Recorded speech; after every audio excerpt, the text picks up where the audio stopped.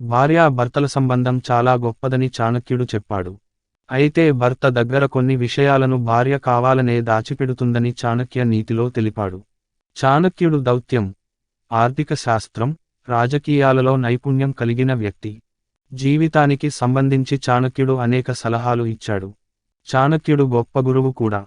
ఆయన సూత్రాలను అనుసరిస్తే విజయం సాధించొచ్చు. చాణక్య నీతి డబ్బు, ఆరోగ్యం, వ్యాపారం, వైవాహిక జీవితం, సమాజం, జీవితంలో విజయానికి సంబంధించిన అనేక విషయాలపై సమాచారాన్ని అందిస్తుంది.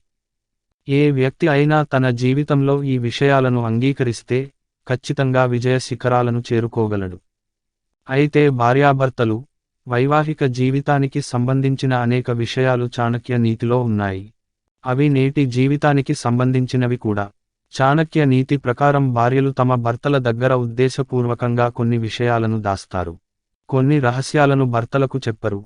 భవిష్యత్తు కోసం, భార్యాభర్తల మధ్య బంధాన్ని బలోపేతం చేయడం కోసం కొన్ని విషయాలను దాచిపెడతారు. చాణక్య నీతి ప్రకారం భార్యలు తమ భర్తల ముందు దాచే సాధారణ విషయాలు ఏంటో చూద్దాం. వివాహానికి ముందు జరిగే వ్యవహారాల గురించి ఏ భార్య భర్తకు చెప్పదు.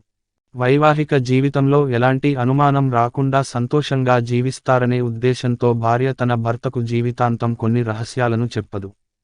భర్త తీసుకునే ప్రతి నిర్ణయానికి భార్య మద్దతు ఇస్తుంది. భర్త సంతోషంగా ఉండాలని, ఇంట్లో గొడవలు ఉండకూడదని ఆమె తన అసమ్మతిని బహిరంగంగా వ్యక్తం చేయదు. భర్త ఏది చెప్పినా భార్యలు పాటిస్తారని, అంగీకరిస్తారని చాణక్యుడు చెప్పాడు. భార్య తన అభిప్రాయాలను నేరుగా భర్తకు చెప్పదు. భార్య ఇంటి తప్పుడు విషయాలను భర్త దగ్గర దాస్తుంది.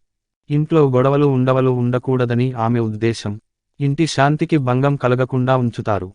సమస్యలను సాధ్యమైనంత ఉత్తమంగా నిర్వహిస్తారు. వివాహానంతరం భార్యాభర్తలు ఎల్లప్పుడూ ఒకే విధంగా కదులుతారు. ఇంటిని నిర్వహించే భార్యను ఇంటి లక్ష్మిగా భావిస్తారు. భార్య ఎప్పుడూ ఇంటి ఖర్చులను తన భర్త నుండి దాచిపెడుతుంది. దాని గురించి అతనికి తెలియజేయదు. కుటుంబాన్ని నిర్ణీత బడ్జెట్తో నడుపుతుంది. అందరి అవసరాలను తీరుస్తుంది. అయితే కష్ట సమయాల్లో డబ్బును ఆదా చేస్తుంది. భవిష్యత్తులో సంక్షోభాన్ని ఎదుర్కొనేందుకు మహిళలు ఆ డబ్బును ఖర్చు చేస్తారు.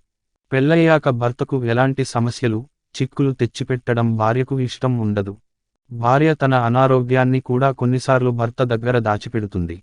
ఆమె భరించగలిగినంత కాలం భరిస్తుంది. భవిష్యత్తులో ఇదే పెద్ద సమస్యగా మారుతుంది. భవిష్యత్తులో వ్యాధి ఎక్కువైతే భర్తకు మరిన్ని కష్టాలు తప్పవని వారు ఆలస్యంగా గ్రహిస్తారు. భార్య తన కోరికలను భర్త నుండి ఎప్పుడూ దాచిపెడుతుంది.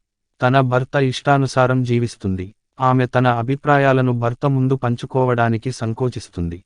పెళ్లయిన తర్వాత భార్య తన భర్త ఇష్టాన్ని తన సొంతం చేసుకుంటూ జీవనం సాగిస్తుందని చాణక్య నీతి చెబుతుంది.